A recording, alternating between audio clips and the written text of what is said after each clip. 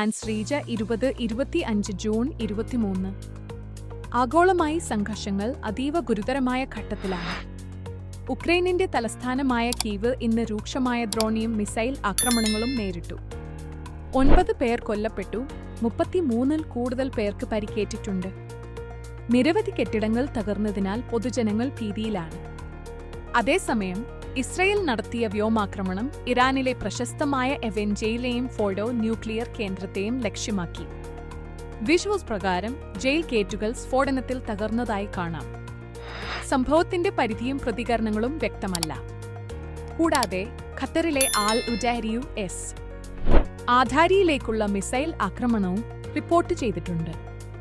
അതേസമയം യാതൊരു ജീവൻ നഷ്ടവും സംഭവിച്ചിട്ടില്ലെന്ന് US അധികൃതർ സ്ഥിരീകരിച്ചു.